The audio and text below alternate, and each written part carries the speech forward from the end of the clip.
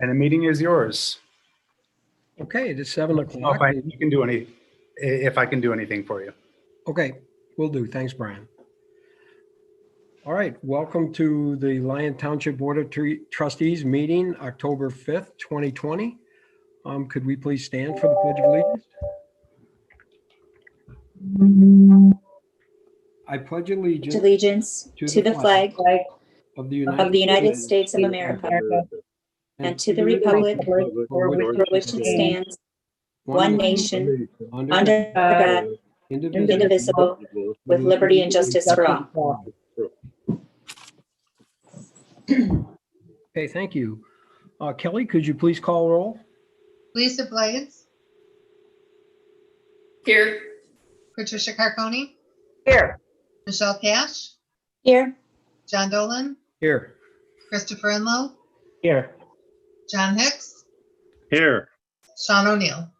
Here. Thank you. We're going to move on to the approval of the consent agenda. I'll make a motion to approve the consent agenda as submitted. I'll second John Hicks. John Hicks support. John Hicks support. All right, could you please call this by roll, Kelly? Sean O'Neill. Yes. Lisa Blades. Yes. John Hicks. Yes. Christopher Enlow. Yes. Patricia Carconi. Yes. John Dolan. Yes. Michelle Cash. Yes. Okay, thank you. Moving on to the approval of the agenda.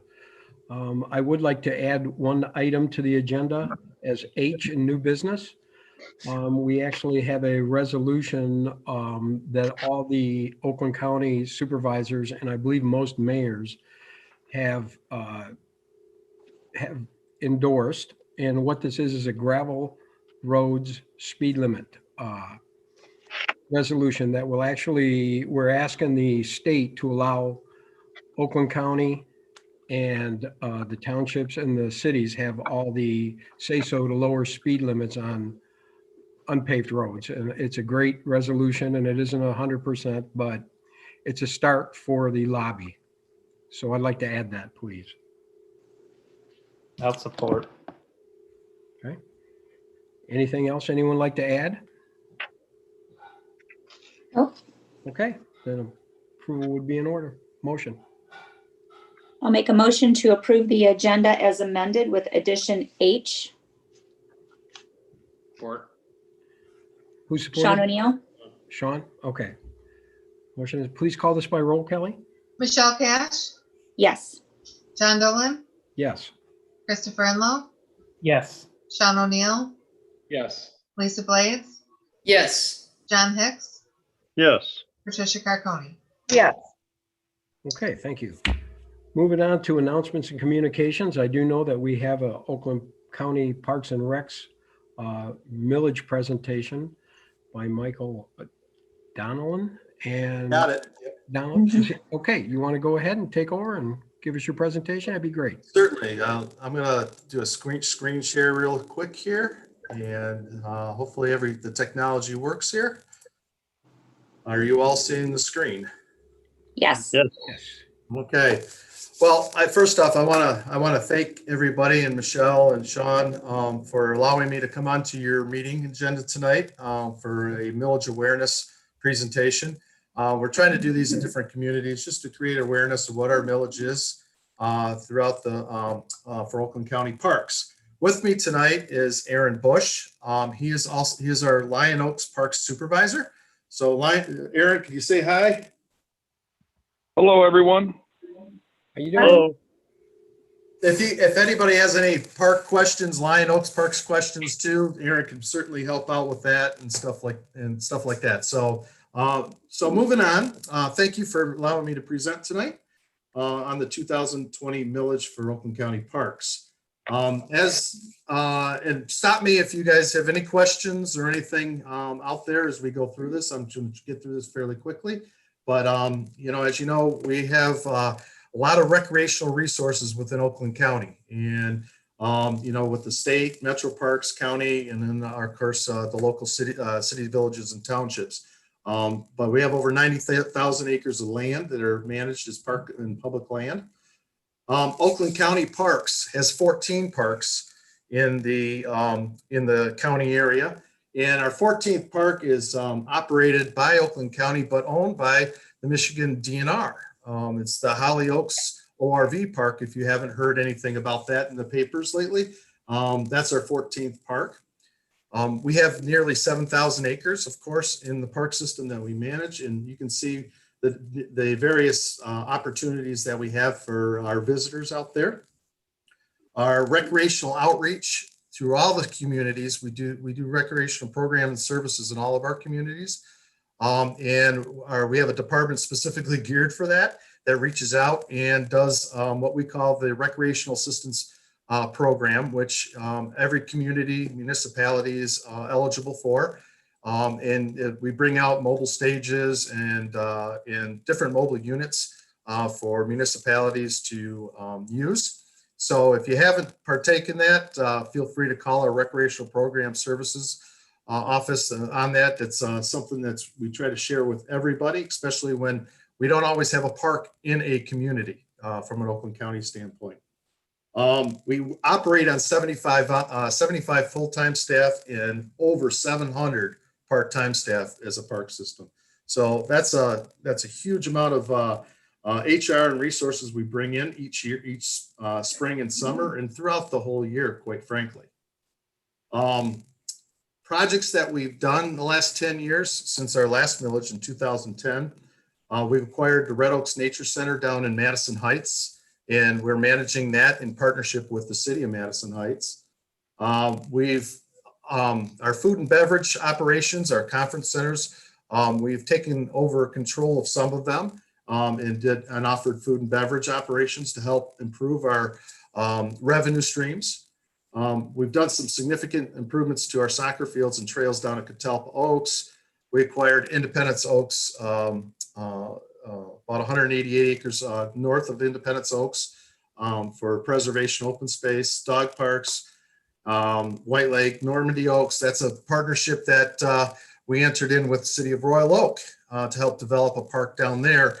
And they're still in process. In fact, I think there's going to be some things coming up here for in the news regarding that, because they're going to be opening that up. And I already mentioned Holly Oaks and programs throughout the county. This is a big point. I like to strive home to friends and family with Oakland County Parks, especially as it relates to the millage. The Parks Millage was established in 1966 with one park, 190 acres, and at a 0.25 millage rate. And you can see we're now 14 parks, 7,000 acres, and we're actually operating at a smaller millage rate. And that's important to note because our millage this year is, we're requesting an increase to 0.35 mils.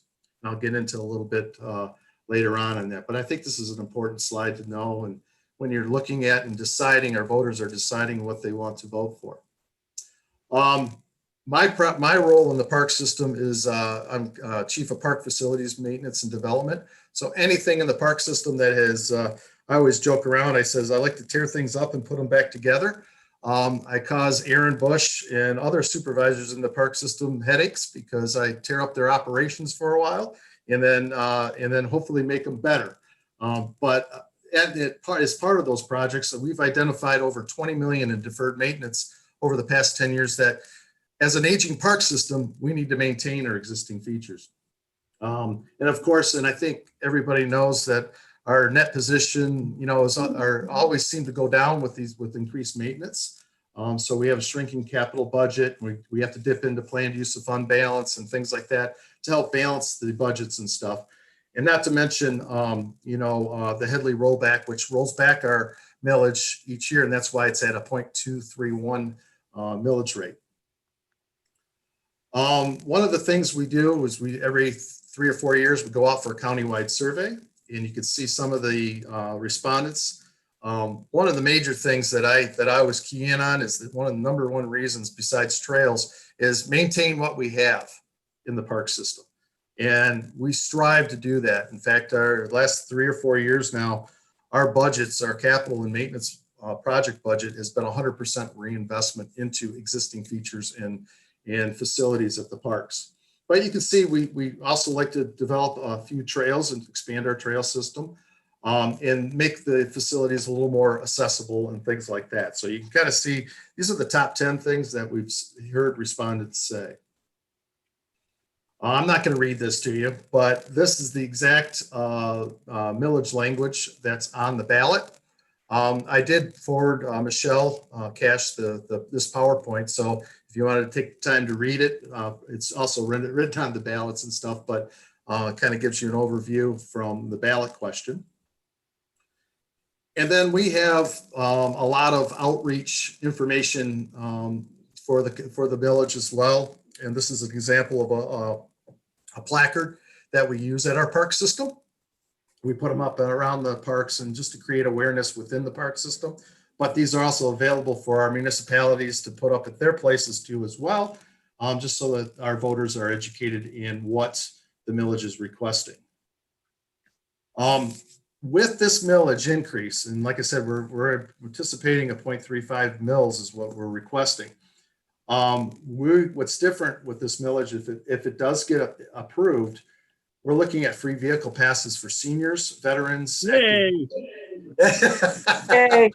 Yeah, Mr. Hicks. Yeah, so we're looking at those things there to allow people in free access that are seniors, veterans, and permanent disabilities too, as we try to be inclusive in our park system. The other thing, and I pointed out Normandy Oaks, which is kind of like the starting point of a grant program, if you will, but it really wasn't a grant program. The millage is going to help open up some monies for local CVTs to apply for from the county for trail improvements throughout the county. So, Lyon Township, if you had, a trail project that you might want to consider, we're going to be putting in some mechanisms, much like our granting organizations to the state, to help obtain some funds for the local city, villages, and townships for trails and local park improvements. We're also increasing programmatic outreach. That RAP program I spoke about earlier, we're going to be increasing that and the opportunities for our CVTs and to get out there in the public. And also are looking at expanding the our collaborative invasive species management areas program. If anybody's heard of CISMA, it's a group that's it's currently being funded by a grant to promote invasive species control across jurisdictions. So when we talk about what we're doing across property lines, so what we do in the parks, certainly the neighboring parcels affect what we do in the parks and how we manage things. So we start to promote across jurisdictions and property lines with that. And we're going to be utilizing some of that funding to actually fund the CISMA and fund the invasive species control countywide. So I'm really excited about that because our natural resource coordinator, Sarah Cook, she is a great person for this, and she's really geared into that. We do a lot of natural resource management in our parks, and over $450,000 worth, and we're going to be increasing some of that. So I hope that is a good thing for our local areas. So the millage itself, like I said, 0.35 mils is what we're requesting. This is kind of explaining what that means to the average, not the average, but a market value of a home worth $200,000. It's about $35 a year. That's about a $12 increase from what we're currently paying. So, my opinion, my personal opinion, I love the parks and stuff, not only because I work for them, but I use them too as well. But I think that's a real good value. Again, we're asking voters to vote on November 3rd. Get out there. And I know we just talked about, ballots are already coming in. So, if anybody has any questions in regards to the vote and in regards to the millage, please feel free to, get on our website. There's a website here where we have a lot of information for the voters. We have video testimonials.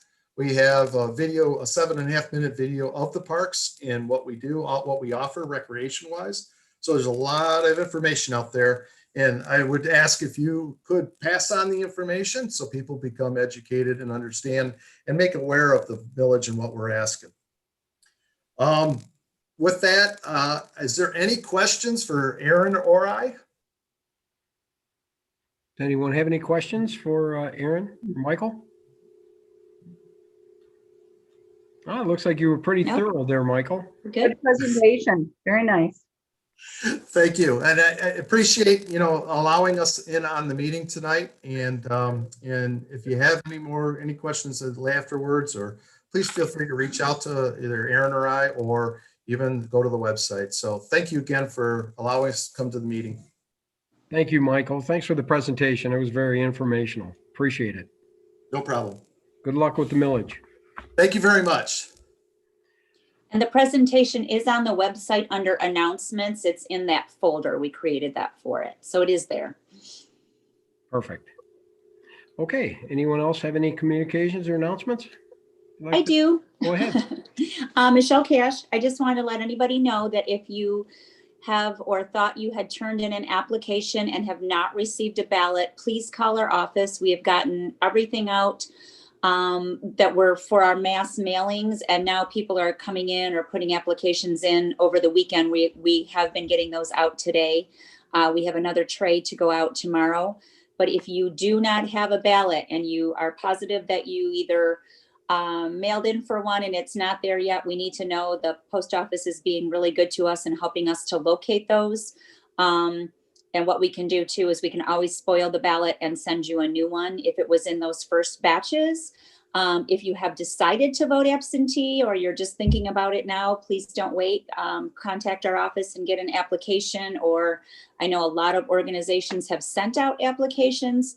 Fill them out, one of them, and bring them in or drop them off and we'll get you a ballot. That's it. Very good. Thank you, Michelle. Anyone else? Mhm.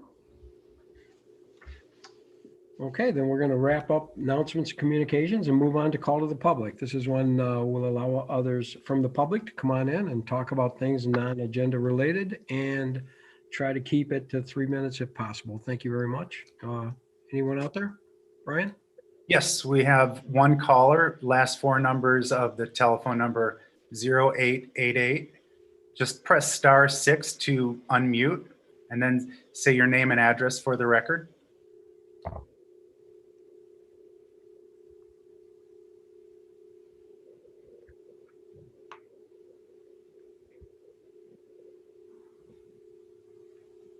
Hmm.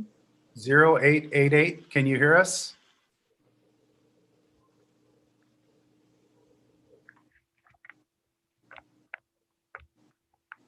Looks like they're on there, Brian, but they're still muted on our end here. Is there any way you can help them out, or? Yeah, they have to opt in to unmute. They have to press *6 to unmute. Can you hear us? *6.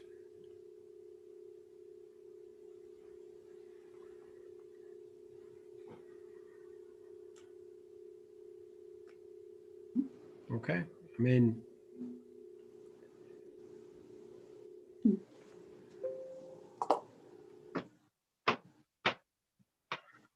is there any way you can unmute him or no? No, I can only ask to unmute. Yeah.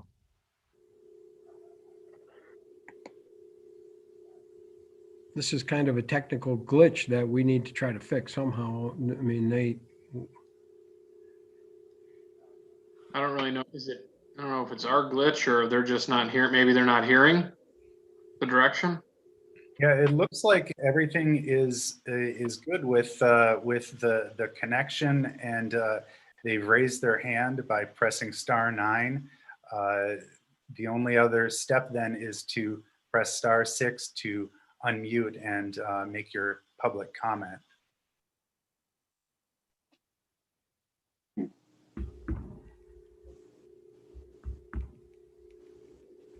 well, we haven't had this happen before, so they have a right to talk, call to the public. Carol, what can we do here? I mean, a couple options. One, he could hang up and call back in. Frank, can you hear us? I don't know why you're muted. Secondly, can't he type in his comments, Brian? No, that's not an option. Oh, it's not? Okay. Well, short of him leaving the meeting and trying to get back in, I don't know why he's not getting in. Yeah, the new Zoom option to make a comment includes that extra step where they have to opt in to unmute. We can't unmute Okay. them. Okay, Okay. well, there's nothing we can do at this point. I guess all we can do is if at some point he's able to unmute. Yeah, we have another person that just called in, Okay, and 4827 are the last four numbers of the telephone number. If you okay. press *6, you can unmute and then say your name and address for the record. My name is Frank Scorpus. I was calling on the other line, Okay. and for some reason I'm pressing *6 and it's not unmuting me. Well, you got Okay. through to us, Frank, so that's good. Well, we got you now. So I called through my wife's phone. Okay. First of all, last week, September 9th, I'm Frank Scorpus, 24233 Terra Drive, South Lyon, Michigan, 48178.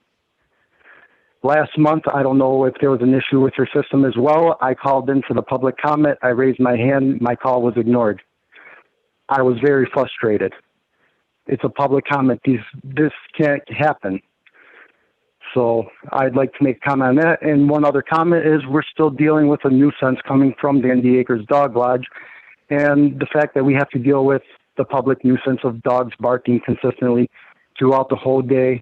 And it's not just barking, it's howling, it's screaming of multiple dogs at the same time.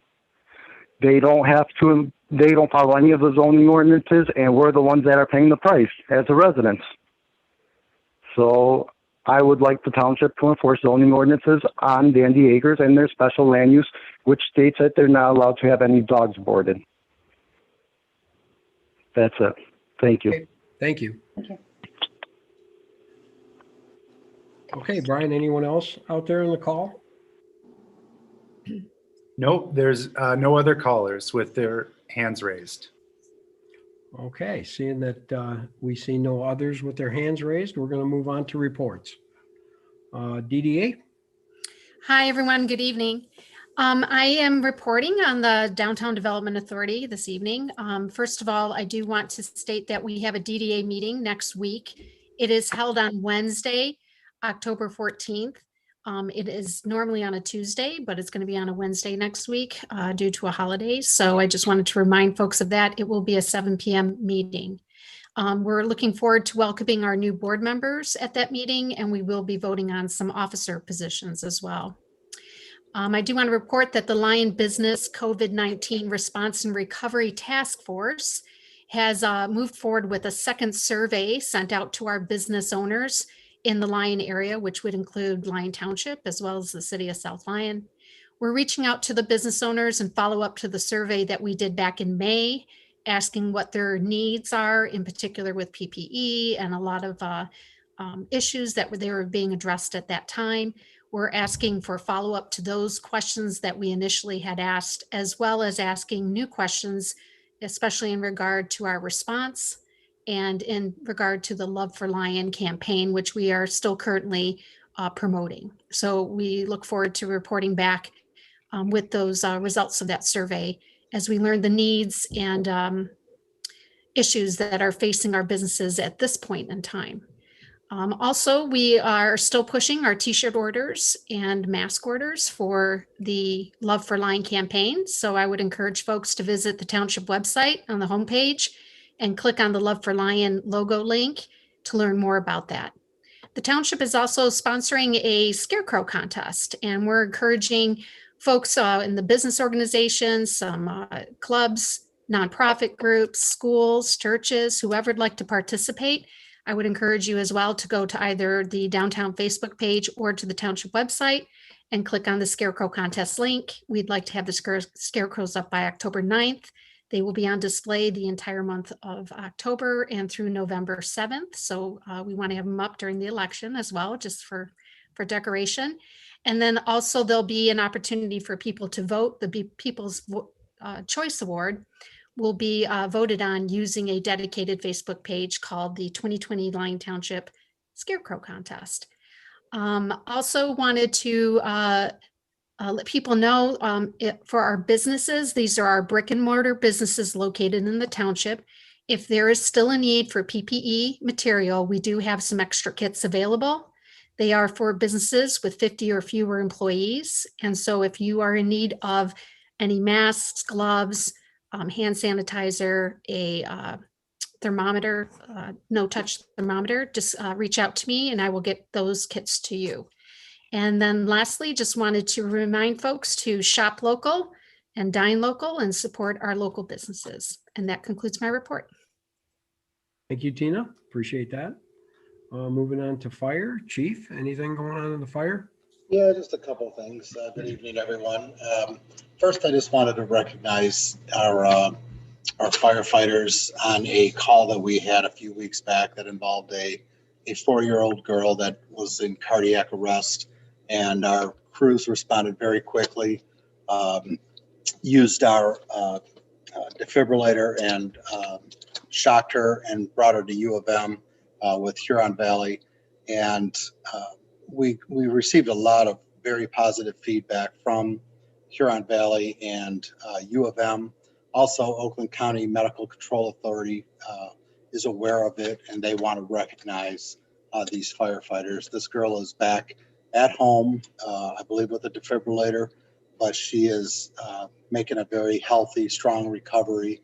And I wanted to recognize Lieutenant Nate Sturos, Fire Marshal Brian Holzheimer, firefighter Kelly Blades, and firefighter Tyler Bist for their actions. And we're going to also be presenting them with a life-saving merit pin. So something you guys should be aware of. The other thing I wanted to do was, on behalf of the firefighters, was to thank the board for pursuing the COVID hazard pay.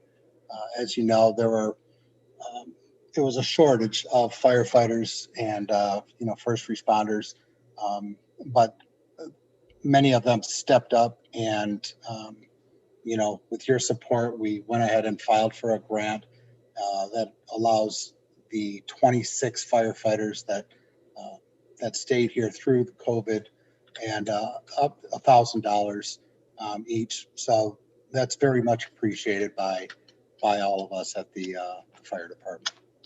And that concludes my report, unless there's any questions. Well, that was sure a great story. And to have something like that take place, how proud can we be of our fire department and our police department? I mean, they're the best, and we always know they are. And, that monies that they got, hazard pay was well-deserved. And, I know this board stands behind them 100%. And we do want to thank them and recognize them for good things like that. That's amazing. That I remember when that happened on the playground, and it was pretty scary. Yeah. Seconds matter, and they did a terrific job. Yeah. Great job, guys. Unbelievable. Thank you. Any other questions? Anybody? Okay. We're going to move on to LT. Hey. How's it going, LT? Pretty good, boss. Good evening, everyone. I just wanted to send out a reminder to the public that during the construction, the sheriff's office is open, and we are mostly moved into the large trailer in the north side of the lot. We do have the appropriate signage posted. So if you have any questions and you need to have that face-to-face contact, please feel free to come up to the trailer. You can knock on the door. And if you have any issues climbing stairs, just knock on the side of the trailer to get our attention. And if no one's in the trailer, we do have the yellow call box with the blue light that's still attached to the building that is operational. So if you need to get a deputy summoned back off the road to address your concerns, please push the button and we'll take care of you. But I just want them to know that we're still there, but just bear with us while we undergo these constructions. Yeah. Thanks, LT. It is definitely some harder times around there, but it will get better. Yes. And thank you all on the board for approving that for us too. We really do appreciate it. I hope we get through the cold of the winter in the trailer. All right. All right, moving on to the Planning Commission. Patty, anything? Yes, we had 2 planning commission meetings in September. The first one was Monday, September 14th. We did not have any public hearings. We had old business. We discussed the event barns, the zoning ordinance and text amendments to that. But we actually tabled that for more information and some additional clarification, and the planning commission had many questions, so Brian worked on that for us. And under new business, we had the Lion Preserve PD, minor PD amendment, which we approved, and it's on our agenda tonight, regarding the play structure going to a pavilion. And that was that meeting. And then we had our second meeting, which was Monday, September 28th. No public hearings, but under old business, we had the event barns again, the zoning ordinance and text amendment.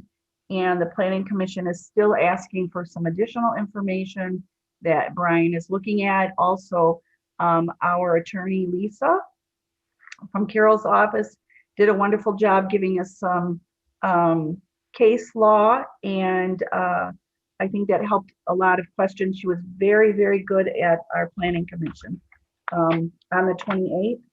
And then we only had one other subject, which was new business, and that was Lion Station PD extension of approval.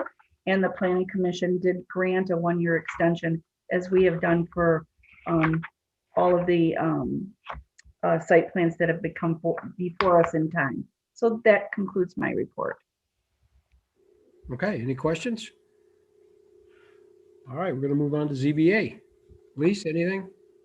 We did not have a meeting on September 21st, but we will have a meeting on October 19th. Perfect. It's great. Okay, moving on. Park Advisory Board. Robert, anything good there? We officially seated Aaron New as our new member. We made a little bit of a tweak going forward to our meeting format to try and focus on some more workshop type activities and getting some things done between. We're undergoing a review of our website content and starting to look at putting together a maintenance plan, brainstorming ideas on how to get the ice rink and or some other winter activities off the ground. But the main thing I want to highlight is that the survey is up. It's out there. It's available. As of our last meeting, we had over 60 respondents, I believe. I don't know if Brian has heard any updated numbers since then, but that's going to be running through October 15th. And we'll then review that at our meeting on the 20th and hopefully have some initial results for you guys on your November 5th meeting. Very good. Sounds like that's taken off a little bit. That's pretty nice. Good job, Robert. Thanks. Okay, that concludes our reports. We do have a public hearing tonight, and it's to consider establishing an industrial development district. And Tina, do you want to set that up a little bit for understanding before we open that up?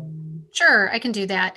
So on occasion, we will get a request from a developer to establish a district that will be focusing on a speculative building. The difference, there really is no difference between establishing a district for a tax abatement on a new development or a tax abatement of a speculative building, but it does require a public hearing.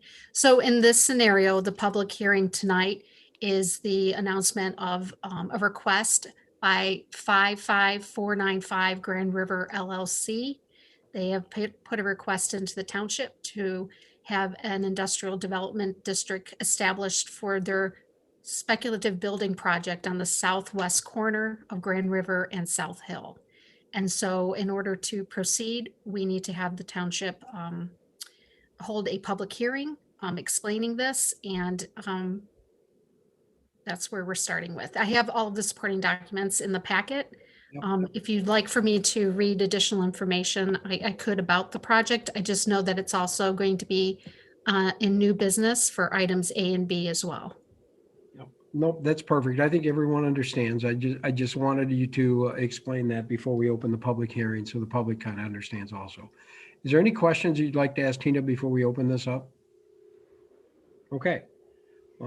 Let's go ahead then and let's open up the public hearing, and it is what, 7:35. As of now, the public hearing for consider establishing an industrial development district is open. Anyone from the public that would like to comment, please do now. Brian, can you? We don't have anyone with their hands raised, and we don't have any additional callers at the moment. Okay. So we're going to go ahead then, seeing no one out there wanting to comment, we're going to close the public hearing at 7:35. All right, thank you. We're going to move on now to unfinished business, and this is just the design and construction standards second reading. Leslie, I don't know if anything has changed between first reading, and if there Nothing significant, no. No, there's some edits. Chris Enlow had some comments, which we've addressed between myself and the fire department. And I believe it's ready for your consideration unless somebody else has questions. Does anyone have any questions about the design standards? John, I just have I think it's just a typo, but the insurance section in 1D, the property damage, it was revised. I think it's supposed to be $1 million. It says 100,000. Yes, it should be 1 million. Okay. Yeah, million's correct. But no, Leslie addressed pretty much all my comments and appreciate the changes associated with encouraging a little bit more of the stormwater designs, the green stormwater design, which is nice. Very good. I had a quick question on the insurance coverage in G2. Some communities want just an XCU coverage endorsement. It talks about excavation, but it doesn't cover collapse or explosion and collapse, but it's underground, covers underground work. I don't know. Do you think we need like an XCU coverage? Have you ever used that? John, what page are you on? Yeah, that would. Let me look here. Navigate. It's in the insurance section under G2.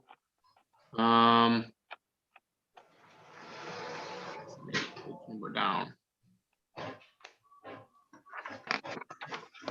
Oh, okay. Sorry. What page are you on, Leslie? Page 2. Oh.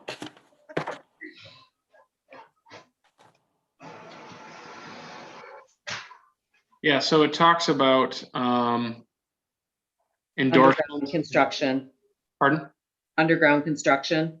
Right, but it doesn't cover explosion and collapse. So I just didn't know if it needs to go further. Like I know we use at work like an XCU coverage endorsement. Do you want something that spells it all out like that?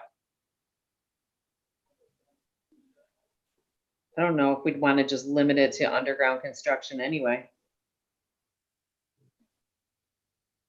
Because this is also used for road construction. Right. So maybe like explosion, collapse, and underground. So it covers XCU covers all of those things. So maybe it needs to be broader. That's the only thing I was wanting to mention. explosion, collapse. And underground, just XCU is what usually the endorsement that we get or we ask for. Okay. I can make that change. I think that's a good idea, actually. You get into a lot of that kind of problem when you do that type of work. Mm-hmm.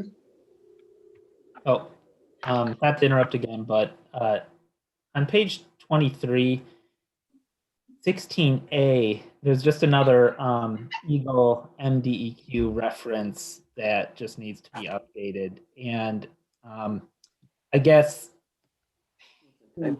is there, maybe this is a question for Carol, but is there a way on our ordinances, and this is going to come up later as well, on why we have to update every so many, whenever a new governor comes in and changes the DEQ to Eagle to MDNRE, is there an easier way than having to re-update all our ordinances?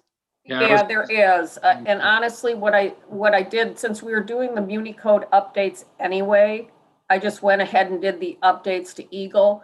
But if that happens in the future, there's probably a place we can just do a definitional section and say any reference to Eagle now means whatever it might be called at that time. Okay. So, but at this point, but at this point I went ahead and made the changes to Eagle, so. Yes, and I will thank Trustee O'Neill. He had actually mentioned that to me in passing as well. Don't make I know. We're constantly changing it. So, But it is a good point. I mean, every 4 or 8 years, a new governor Right. will come in and rearrange the letters and, try to make it their own. And it causes all of us stress and expense. right. That's how I'll do it next time though, with just a definitional change. Okay. Well, if everyone's satisfied with them changes, motion would be in order. For second reading. I can make a motion to approve the adoption of an amendatory ordinance for the Township of Lying to amend Chapter 15, Design and Construction Standards, Ordinance number 09-20. I'll support. Okay, could you please call this by roll, Kelly? Lisa Blades, Yes. John Dolan, Yes. Christopher Enlow, Yes. Patricia Carconi, Yes. Sean O'Neill, Yes. John Hicks, Yes. Michelle Cash. Yes. Okay, great. Moving on to new business. Our first agenda item is the consideration of the resolution establishing the industrial development district that we just talked about, number 15. Right. So as you see on your agenda, both items A and B in new business are tied together.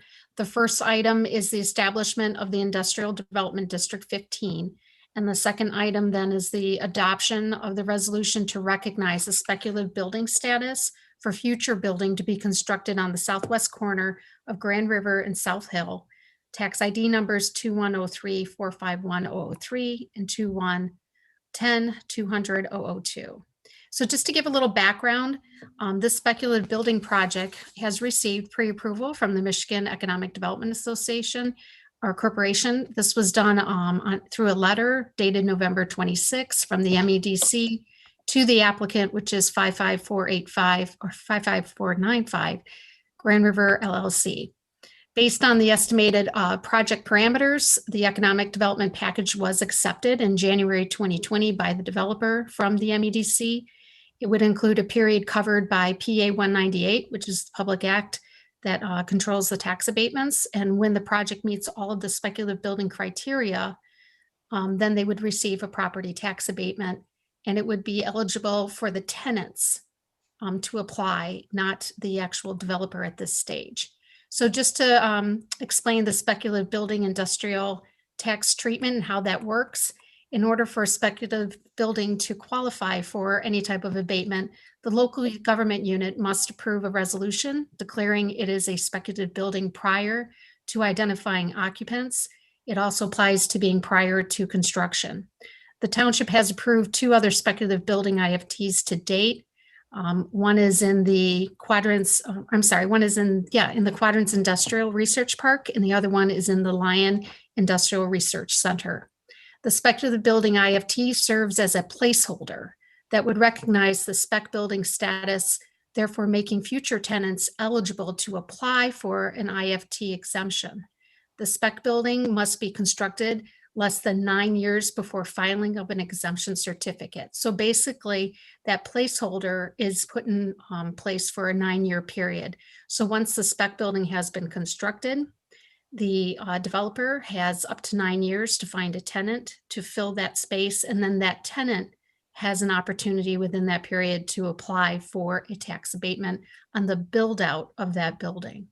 The developer is not eligible for a tax abatement at this time, and so we did not provide a county tax analysis with this application, which you're accustomed to seeing. The project itself, 55945 Grand River LLC, proposes to construct a 280,000 square foot building on roughly 22.6 acres in the southwest corner of Grand River and South Hill. The site is presented as a single vacant parcel. The land configuration is being processed currently. The proposed use is a Class A industrial distribution building to be used by 1, 2, 3, or 4 users in a flexible tenant suites. The site is zoned I2, general industrial, where light industrial and distribution are permitted land uses. A requirement of the IFT application is the applicant must include a non-occupancy statement acknowledgement that the facility is being built with no specific company or end user in mind, and a copy of that statement was provided in your packet. The recommended action at this time is for the Township Board to consider establishing an industrial development district, which would be number 15, and to formally recognize the spec building status. If you have any questions, I'm happy to answer them at this time. Okay, does anyone have any questions for Tina? It's pretty self-explanatory. I mean, these are the spec building. They'll come once somebody decides to use it. We're just allowing that to happen, and basically pretty cut and dry. We've been doing it for quite a few years now. If there's no questions, motion would be in order.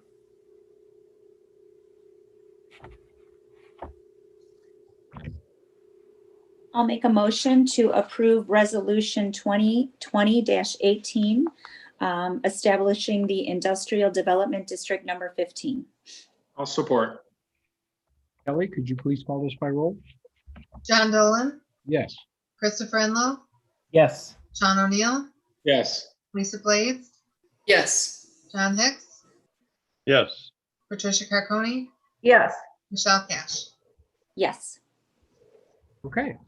We're going to move on to consider actually giving the spec building the option to get the tax abatement. Would you like to make that motion? I'll make a motion to consider a request for the industrial facilities tax exemption to recognize speculative building status, resolution number 2020-19. I'll support Michelle Cash. Okay, could you please call this by roll, Kelly? John Hicks, Yes. John Dolan, Yes. Lisa Blades, Yes. Sean O'Neill, Yes. Patricia Carconi, Yes. Michelle Cash, Yes. Christopher Enlow. Yes. Thank you. Very nice. Thank you. Okay, we're going to move on to C. This is the consideration of a special land use number 1, average lot size development, Hickory Creek, AP 20-16B. Brian, you want to go ahead and give us a dope on this one? Thank you, John, and good evening, everyone. The application before you tonight is a special land use, as you mentioned, for an average lot size development. This is for a property on the south side of 11 Mile, just maybe a quarter acre or a quarter mile or so east of Milford Road. The property itself is a total of just under 30 acres, 29.73, where the applicant proposes 21 single-family homes on the property. If you've been by there, you would have seen that the road for the development has been completed already. And actually, I will share the aerial from the plan. You can see the road has already been constructed. There are 21 lots proposed around that. This is a project that has gone through some interesting steps along the way. It was originally envisioned and approved as a land division project. And after that was approved for dimensional considerations through the township, it was determined by county equalization that there were not enough splits to accommodate that project. So the applicants have considered a couple different options and come to this to prepare an average lot size condominium for all 21 units. So all of our average lot size developments come before the township board for special land use approval or consideration of that approval, as well as consideration of the site condominium mechanism for the development. In terms of the special land use, I'm sorry, let me take a step back. So the Planning Commission has held its required public hearings. They had several meetings in which the project was considered, and ultimately at its August 24th meeting, the Planning Commission conditionally approved the site plan, specifically on approval of the special land use by the Township Board. They also added some conditions for site plan approval, including permit inspections for the home and the barn that exist on lots 18 and 17, the proposed lots 18 and 17. The applicant was given 6 months to complete all of the repairs necessary coming out of those home inspections or building inspections. They're also required to submit a demolition bond to ensure that the barn structure did not end up on its own lot in perpetuity. So ultimately, they were aiming to ensure that a primary residence was built on that and the barn becomes an accessory structure. And then finally, we needed some verification on the ownership of the property. So some of these have already been in progress or have already been submitted. We have proof of ownership. The owners of the property have already begun, they've gotten inspections completed on the two structures and have begun with some of those repairs as well. So they're making progress on those conditions, which is a good thing. So in terms of the special land use itself, project is in line with our current zoning. There is a zoning plan as part of the site plan packet showing 21 lots could be developed on this property under conventional zoning. So the density is appropriate and complies with our intended master plan, future land use, as well as providing some semblance of compatibility with adjacent uses. These are rather large lots, the smallest being about 30,000 square feet. So they're not too far off of the 1 acre zoning that is the underlying zoning for this area. The developer will be building sanitary and public water throughout this development, and there's a pump station for the sanitary system that's going to be located along 11 Mile Road, just north of Unit 21. There's no traffic study requirement for this property or for this development. We anticipate, based on the typical single family home, that about 210 trips will be produced per day. And that's based on 10 trips per day in a single family home. Again, going back to our parallel plan requirements, this is about the volume that we would anticipate for such a project. Okay. Other than that, the items that I cover in our letter are pretty straightforward. We find that the site plan conditions are achievable. It's an appropriate use for the property. And so based on the Planning Commission's recommendation to approve the special land use and our comments, we would recommend Township Board approve the special land use in the site condo. Okay, thanks, Brian. Any questions for Brian? Everybody understands what's happened here? Okay. If no one has any questions, I mean, I think a motion's in order. Well, I guess I had a quick question. I don't know if the applicant is going to present it all, but in the letter, Brian says that they originally came in with 14. I don't know how, I mean, did someone not do their due diligence to determine whether or not there were that many splits left in the land? They move ahead with this project without requiring approval. They put a road in. And I feel like now after the fact, they're coming in saying, well, we can't get this many splits through equalization. So now instead of 14 lots, we're going to try to, you know, push 7 more in. They're still going to put the road in. I assume they're still going to put sewer and water in with the old plan. I don't know.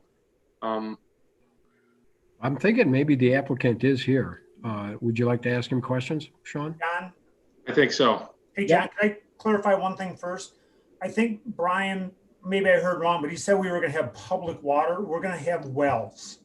We're going to have sanitary sewer, but we're going to have individual wells for each house. So Brian, I don't know if I heard you wrong or not, but that you said public water.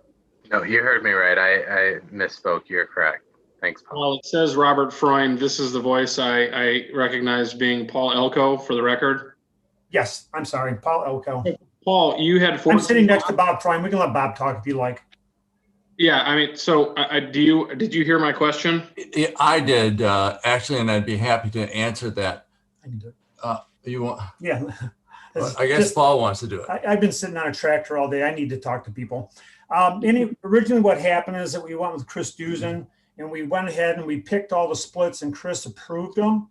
And then when we took them to, I think it's Maria Firestone at the county, after quite a lengthy period of time, she came back and said that because we have, I believe, 4 different SID wells on this property, and that would allow us to have gotten the 14 splits legally, but she said she found something that Chris did not really even agree with her on, but chose not to fight, that lost us 4 of those splits, Sean. So. And then, Sean, I might add that, so we ended up with, I believe it was 10 splits, and that was okay with us. So we sold the first lot out there on a split basis. And the next process was to do the perk test and go get a permit from the county. And to our amazement, because we're building this sub in a gravel pit and it's been used as a mining operation in the past, the county rejected any septic tank, sewer, drain fields out there. And so we hired a soils engineer, and he argued with the county and said he could prevail if we went to court. I really didn't want to do that. So we were blocked once in the number of splits that we could get. The second time we go ahead and we want to continue to proceed with a smaller number. Then we got blocked by the county saying that water comes up from the ground all the way to the surface in that sub, and therefore we couldn't have drain fields. But the logic of that is that at that elevation, if water came to the surface there, a large part of Lyon Township would be underwater. So we really think that they were wrong in so many ways, but they blocked us again. So the alternative was that now we're moving from wells and septic tanks to wells with city sewage system, and we have to build a lift station and so forth. And so that's caused us to ask for this special land use, given that we were blocked in all of our other attempts. So it had nothing to do with the acreage. I mean, you could meet the 1 acre minimum for the creation of a new lot for a 3-bedroom home. It was simply the soil conditions that they rejected. What it was, it's called modeling. And if there's any kind of modeling in the top 3 feet of the soil. Now we've got sand, we have sand that's 10 feet straight down. And we had our soils engineer look at it before we had Oakland County come out and test it, and they said everything looked good. So we were surprised by that. We could have done test monitoring wells and possibly prevailed, but at this point, we chose the route to go with the sanitary sewer. So, I mean, obviously this is for us for special land use, not to pick the site plan apart. I just wanted to understand how it came to us because it seemed like a bit of a mess. And so I needed that explanation. Obviously, these are large lots. I think what the average, Brian, you said the minimum, the smallest lot was somewhere in the 30,000 square foot range. So the average lot's 3/4 of an acre and up. So that's, obviously a very large lot, and there'll be plenty of room to build houses and people can spread out here. That's not an issue.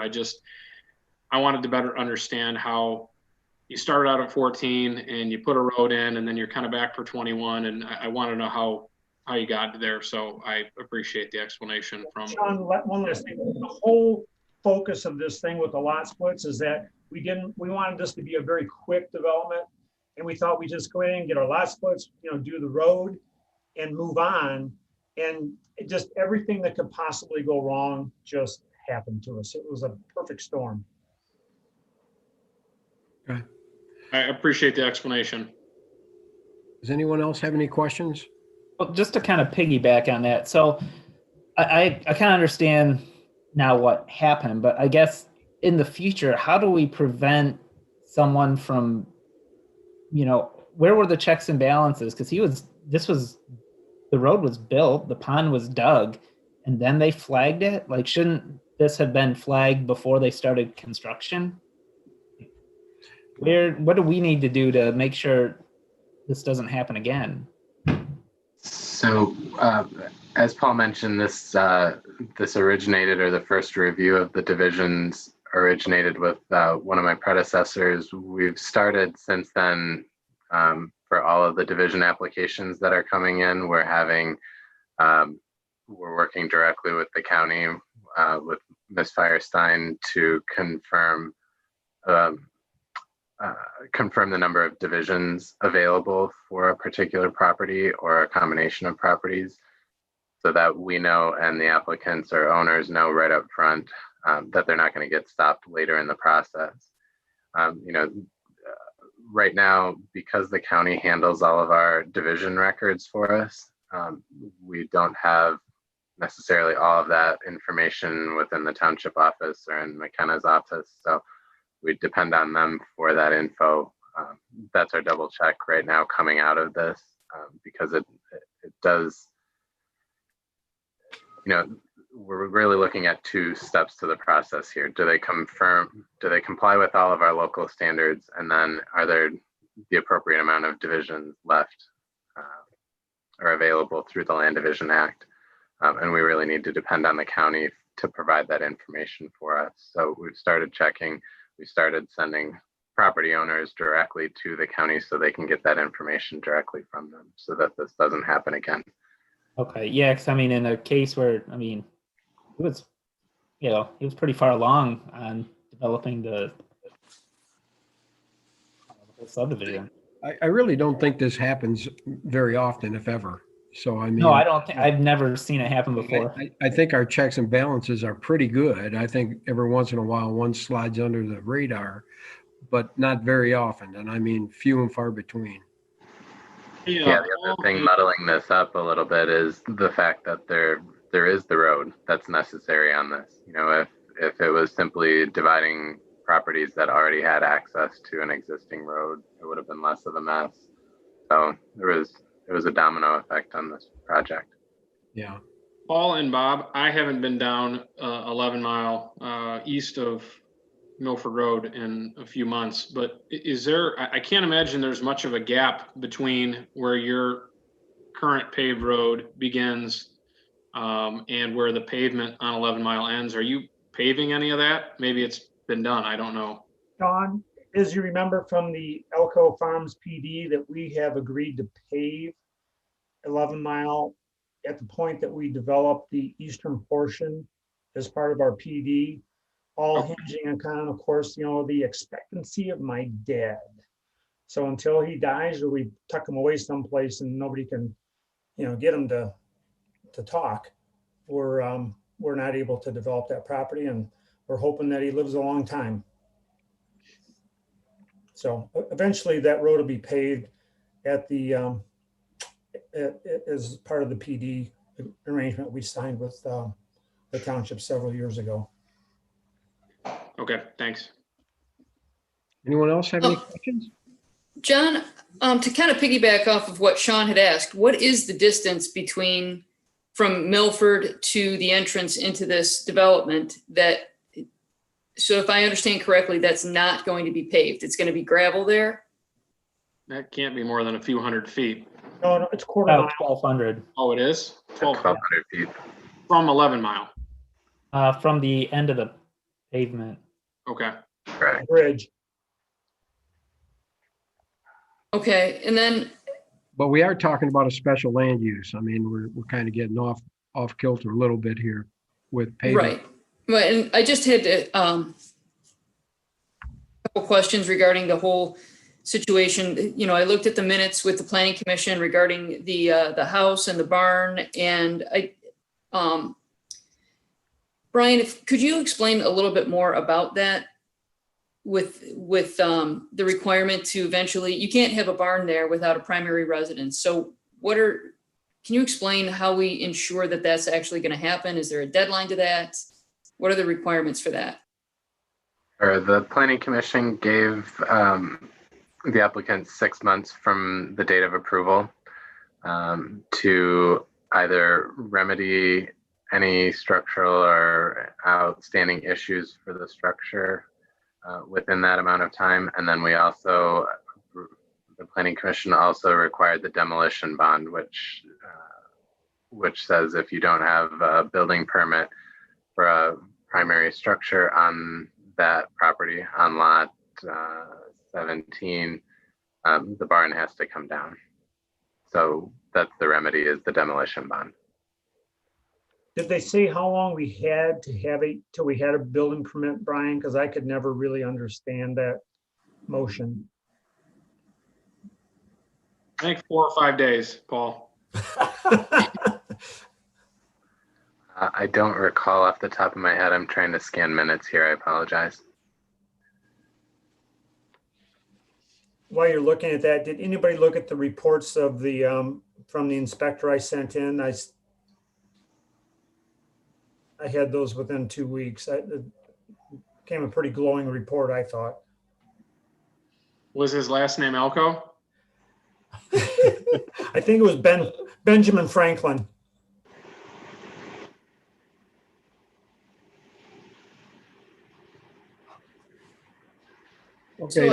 So Brian, you mentioned about the 6 months that the Planning Commission had placed upon that, on their approval. So what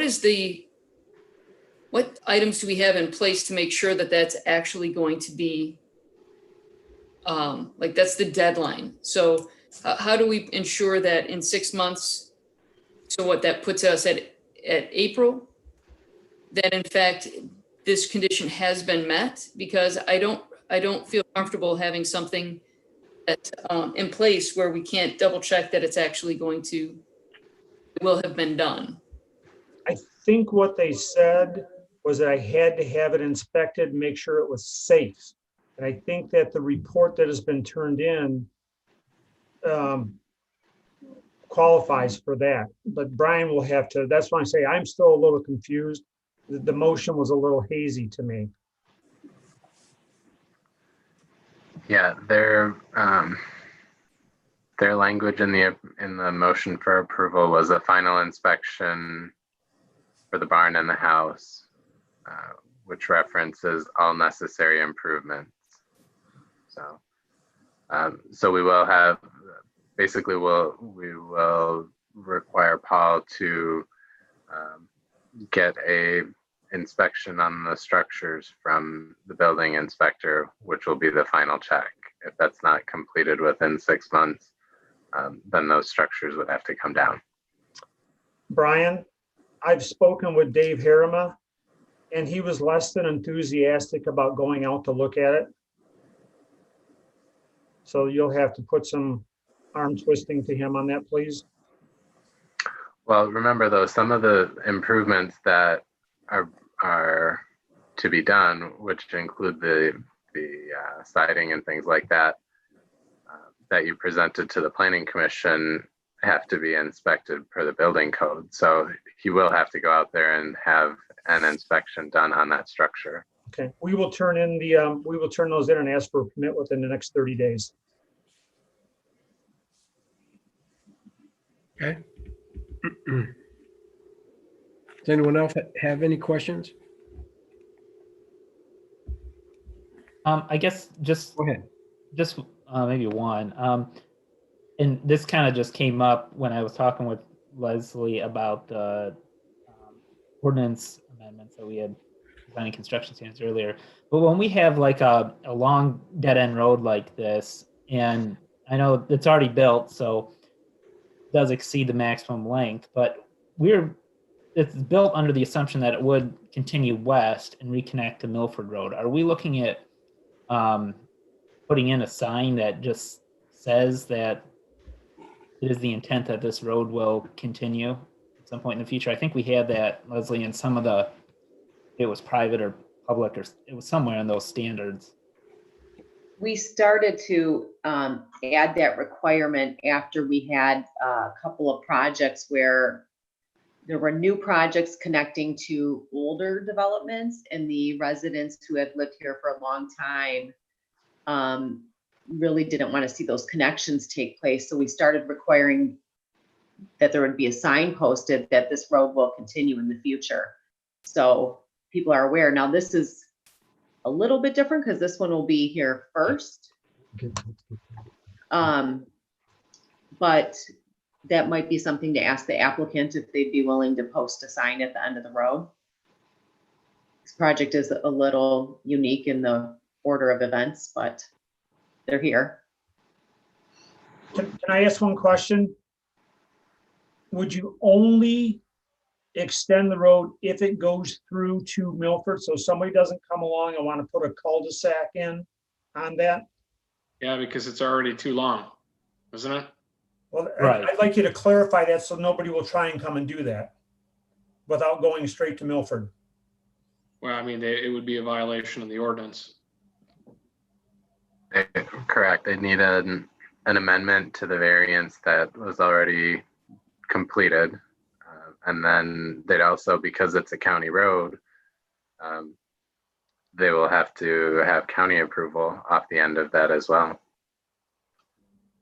I mean, I think that's something you can't really answer right now because there could be certain legal issues raised, like an easement by necessity or something like that. So we just can't say until we see what the situation is. Well, the purpose of my question was just to kind of, I would alleviate the current condition where it is longer than the maximum dead end. So it could, with that sign there, it kind of gives the, hey, we can connect us to Milford, and that negates the, it fixes what this is kind of causing there. Is there anything that goes into the condominium documents that makes some statement that the road is a public road that may eventually terminate at Milford Road instead of at the dead end? I mean, that way everybody gets it at the beginning and there's no question, or if someone takes a sign down, it's still in their condo docs. I mean, you can do that. Simple statement. All right, well, then I'll make a motion in AP 20-16B to approve the special land use with all the conditions set forth by the Planning Commission, with the addition that there be a requirement in the condominium documents that state that a road may connect through to Milford Road in the future, or this road may connect through to Milford Road in the future, and that a sign also be posted saying as much. I'll support. All right, you want to call this by roll, Kelly? Are you, Sean O'Neill, Yes. John Hicks, Yes. Michelle Cash, Yes. Christopher Enlow, Yes. Patricia Carconi, Yes. John Dolan, Yes. Lisa Blaze. Yes. All right. Can I ask the board for 10 seconds more, which is really not 10 seconds? What's that? What did you say? I have just one chance for one more comment, John. You're already over 10 seconds. Oh, I said I was going to lie about that. No. We'll let you go ahead. Go ahead, Paul. I had missed the meeting where the Planning Commission had suggested the move of the pump station from inside of our development to up by 11 Mile Road. And I just wanted to have an opportunity to say very quickly that we had spoke with Leslie and with Anthony about the possibility of putting it in there. And it allowed us to be 4 to 5 feet higher by having the sewage flow from both the north and the south to a central point, and allowing for an easier spot to install, because we wouldn't have to stop traffic on the road or be in a wetter water table, because the property does slope to that side. So I just wanted to see if there was any chance that we could revisit that. you can't do it tonight. I'll tell you what, Paul, the only way to revisit that, you'd have to redesign it the way you wanted it and go back through the Planning Commission, because we couldn't change it here. Okay, that was what I was trying to figure out. Okay. Okay, thank you for the motion. We appreciate that. Okay, thank you very much. Thanks, Bob. Thank you. Bye-bye. We're going to move on to the request for a minor plan development amendment for Lion Preserve Plan Development. Brian, you want to take that one? Thank you, John. I'll share a screen with you again for the public. We have up for consideration tonight the, sorry, can everybody see the screen okay? Yep. Yes. Okay, good. The Line Preserve plan development is on the south side of 10 Mile Road, just east of Griswold Road. And it's a single family 53 unit residential development that was approved by the township in 2018. And with the development at that point in time, you can see the large pathway that is proposed as part of the development, as well as shown on the plans here is a pavilion. But upon the original development consideration, this area was reserved for a child's play area. If you recall, the project was originally proposed by Rick Alco. It has subsequently changed hands. The Toll brothers, who I believe are on the call this evening, have purchased the project. And if you've been by there anytime recently, you can see they're making pretty substantial progress on the grading and road. As part of that transfer of ownership, the Toll brothers have identified a bit of a target market intended for an older population, be it empty nesters or seniors or older, more established families.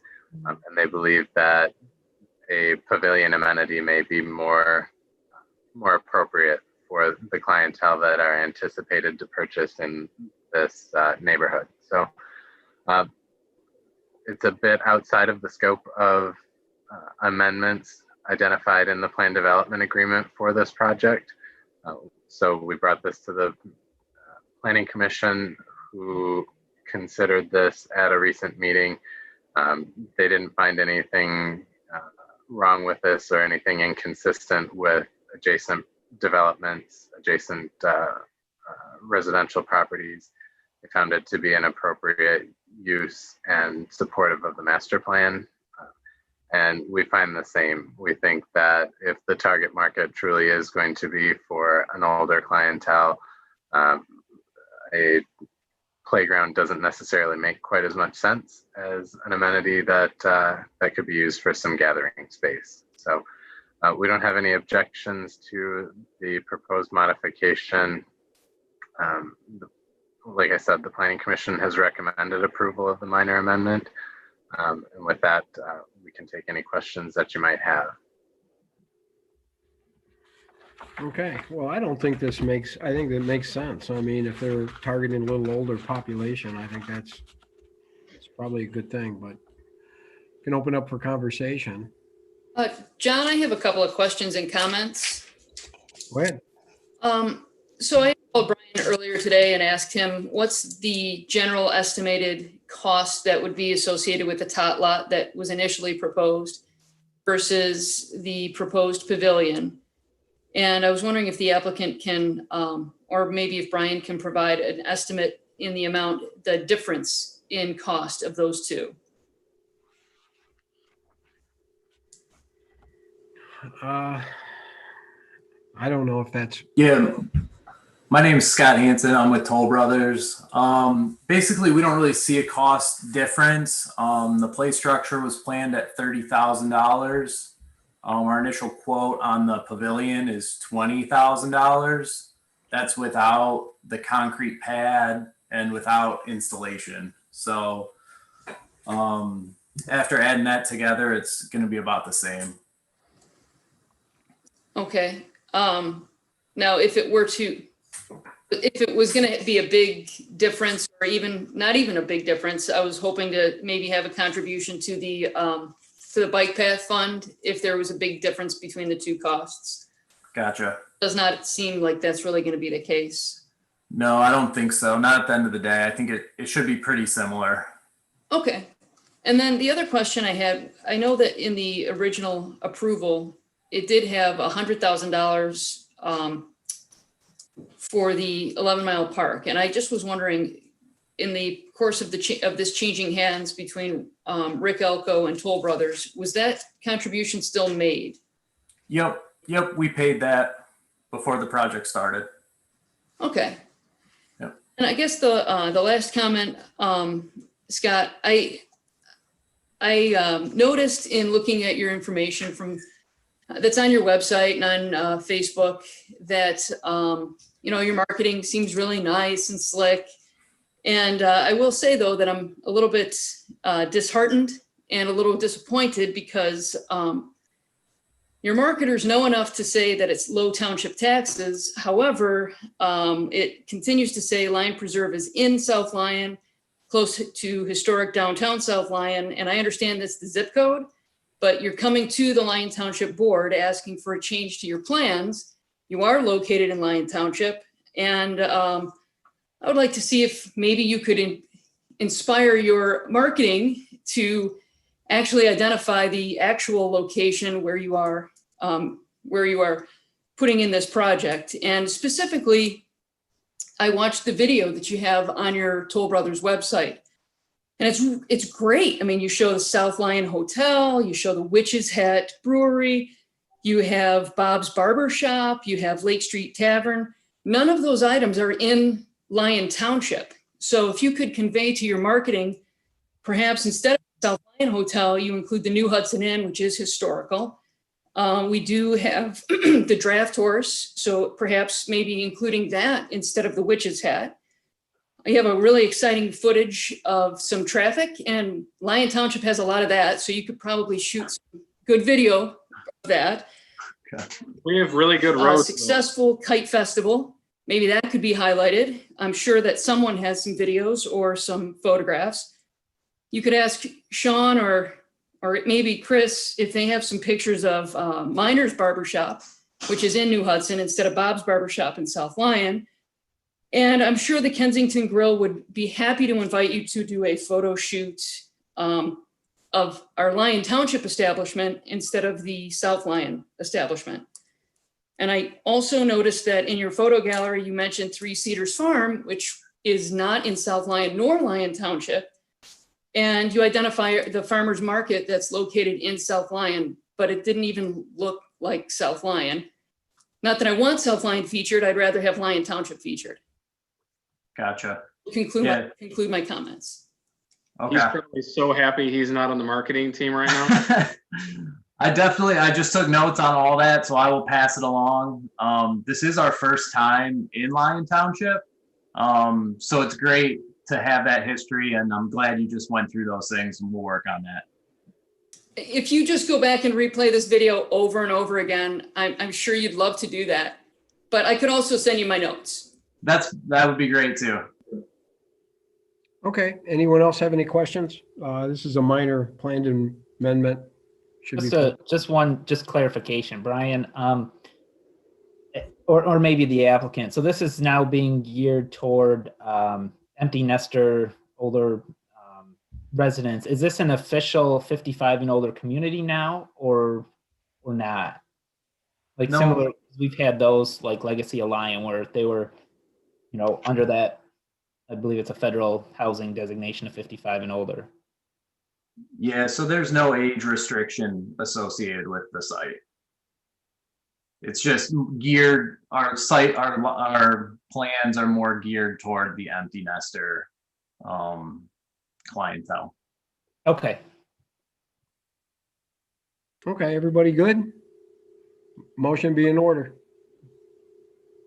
I'll make a motion to consider the request for the minor plan development amendment, Lyon Preserve Plan Development AP-2020-30 as presented. I'll support. John Hicks. Okay, could you please call this by roll, Kelly? John Hicks, Yes. Lisa Blades, Yes. Christopher Enlow, Yes. John Dolan, Yes. Michelle Cash, Yes. Sean O'Neill, Yes. Patricia Carconi. Yeah. Okay, thank you. Thank you. All right, we're going to move on to consider extending the temporary outdoor sales event authorization. I think we need to do this. This is good for our businesses. So Anyone have any questions about this? Unfortunately, I do. And Carol, you're laughing because it's coming at you. Yeah, well, here's, as we all know, the Michigan Supreme Court found that the governor did not have the authority to issue the executive orders, and that the other authority she was relying on was unconstitutional. Now, that came to the Michigan Supreme Court from the federal court in the Western District that's handling a lawsuit, and felt this was a state question that he wanted the Supreme Court to answer. So the Supreme Court rendered this, I don't know what you want to call it, opinion on Friday, but there's no pending case in the Michigan State Court right now. So there's, at this point, no order or judgment entered by a court. All right, so there's a lot going on right now, a lot going on. By law, the governor has 21 days to file a motion for reconsideration of that. So everything's kind of up in the air right now. Now, this does reference the former executive orders, but I don't think that matters, because I think that you're still, what you're doing by this is you're continuing to allow this outdoor seating. We don't know what the status, how this is all going to play out in the long run, but you're just letting that outdoor seating continue. Because we're expiring right now, Tina, right? We are, and we brought this up because the Michigan Liquor Control has extended their permissions for the outdoor eating and serving to those outdoor seating locations through November 30th. So we thought it would be a good idea at this time to extend to match the Liquor Control's rule on it. So I think, despite the fact that we do mention some executive orders which are apparently no longer valid, the point that we're trying to make, that we are extending this the same as the LCC, I think makes sense, and just go ahead and move forward with it. Yeah, I think it's a good idea. Oh yeah, no doubt. I just wanted to. Yeah, it's an interesting time. Continual interesting times. I'll make a motion that we approve resolution 2020-20 extending temporary outdoor sales, event authorization and requirements for reopening restaurants, bars, businesses in light of COVID-19 pandemic. I'll support Michelle Cash. Hey, could you please call this by roll, Kelly? Patricia Carconi, Yes. John Dolan, Yes. Sean O'Neill, Yes. Lisa Blades, Yes. Michelle Cash, Yes. Christopher Enlow, Yes. John Hicks. Yes. Okay, great. Businesses are going to love that. We're going to move on to the consideration to adopt the 2020 capital improvement program. And I believe that you guys have worked pretty hard on this, and I think it looks pretty good. I think it's probably in order, if there's no questions, to move it forward. I just, really quick, John, I just want to thank Brian and Leslie and Chris for meeting to go over this, and Chris from John as well, to go over some of the things that Trustee Enlow and I had some comments on and questions on. So we did that a couple of weeks ago, and I know my questions were addressed, and I just appreciate their time. That was nice. Yeah, I think you guys did a really good job. There was a lot of good things you added to it, and I think it looks great. So, Brian, I think you got my last little minor spelling errors over the weekend, but other than that, looks great. I'll incorporate those in when I go to update, and I'll update the cover letter on this document so that it reads adopted this evening, if you choose to do that. And Chris also caught a couple other minor things on the sidewalk inventory map that I'll be updating as well. Great. Okay, great, guys. Well, motion to be in order to adopt it. I'll make a motion to adopt the 2020 capital improvement program for Lyon Township. I'll support. John O'Neill. All right, could we please call this by roll, Kelly? Sean O'Neill, Yes. Lisa Blades, Yes. John Hicks, Yes. Patricia Carconi, Yes. Michelle Cash, Yes. John Dolan, Yes. Christopher Enlow. Yes. All right, we have a CIP. Looks good. All right, now we're going to move on to amend the Charter Township of Lyon Code of Ordinances to conform with the current state laws, delete references to the former ordinance numbers, to correct references to state agencies that have changed, to remove titles of ordinances, to remove repetitive penalty sections, and to provide penalties for violations thereof. Okay, that's a whole lot to say. Now, I just want to know if you all enjoyed reading this as much as I enjoyed writing it. There's a whole lot to it. It was pretty emotional at times, yeah. Yeah. So, we had MuniCode go through and do a quick review for us. And then I went through and made the changes to the various sections, caught some extra things, some cleanup work as well. So we should be up to date on our code. At the same time, we're also doing a few zoning ordinance revisions that you'll see in a little while. It's got to go through the planning commission first for recommendation, but that's what it is. Good job, I think. There's a lot to do. It was a lot to do. Yeah. So would somebody like to make a motion, or do you have any questions about the ordinances? John, I have some questions, but this is first reading, so I think what I'd like to do is just email them over to Carol. It was 81 pages long, so. Oh yeah, let's email that. It wasn't until late yesterday that I finished that up. Yeah. Email sounds great. Me, Chris. All right, somebody want to make a motion for the first reading? I'll make a motion to move ordinance 10-20 to second reading. Second, John Hicks. All right, we have a motion and support. Please call us by roll, Kelly. John Hicks, Yes. Christopher Enlow, Yes. Lisa Blades, Yes. Sean O'Neill, Yes. John Dolan, Yes. Michelle Cash, Yes. Patricia Carconi. Yes. Perfect, thank you. Okay, moving on to the addition that we added here, and this is a pretty simple one, and I've kind of explained it already. It's just trying to getting the speed limits on unpaved roads in our hands with Oakland County and getting the state out of the mix. And this is just a lobby resolution type thing. They're going to go and try to fight for it. So all Oakland County and all Oakland County sheriffs, everybody's on board with this resolution, all supervisors, mayors. It's a very good thing, and that's why I brought it to you tonight. So anyone Thanks want for bringing it, John. I cannot believe years ago that the governor, I think it was Governor Granholm's administration, decided 55 miles an hour was an appropriate speed limit for gravel roads. I can't tell you I've been on too many gravel roads anywhere in the state of Michigan where 55 miles an hour would be a safe and appropriate speed. So, the hardest part of this whole thing is anytime you want to lower a speed limit, you have to go through the state, and they don't really want to lower anything. It's really a waste of the state police's time to even get involved with this. I mean, it seems like the local agencies, the local authorities, and the road commission should be trusted with making decisions like this. And they want to. They actually want to. So. Yeah, thank you for bringing this. Oh, that's great. All right, somebody like to make that motion? We can move this forward. I'll make a motion. Oh, go ahead. I was going to say, I think you should make the motion, John. Well, no, go. Let someone else. Go ahead. I'd rather you guys. Okay, I'll make a motion to approve resolution 2020-21 to reduce speed limits on gravel roads. I'll support.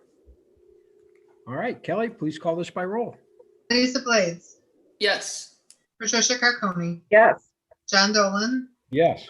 John Hicks, Yes. Michelle Cash, Yes. Sean O'Neill, Yes. Christopher Enlow. Yes. Perfect. That's going to be a great start to maybe getting this in our control. All right. Well, I think that concludes our agenda. Somebody like to make a motion? We should start thinking about budget workshop. Yes, we do. So we'll send out some dates and see what we can get together. Okay, sounds good. Like to make I'll make a motion to adjourn the meeting at 8:34 p.m. I'll second that. Well, please call this by roll, Kelly. Lisa Blades, Yes. Patricia Carconi, Yes. Michelle Cash, Yes. John Dolan, Yes. Christopher Enlow, Yes. John Hicks, Yes. Sean O'Neill. Yes. Nice Good meeting. meeting. Thank you, guys. Thank you, guys. Great meeting. Thanks, everybody. Good night, Good night, everyone. Bye. Thanks, Chris. Just get a hold of me when you have your questions ready.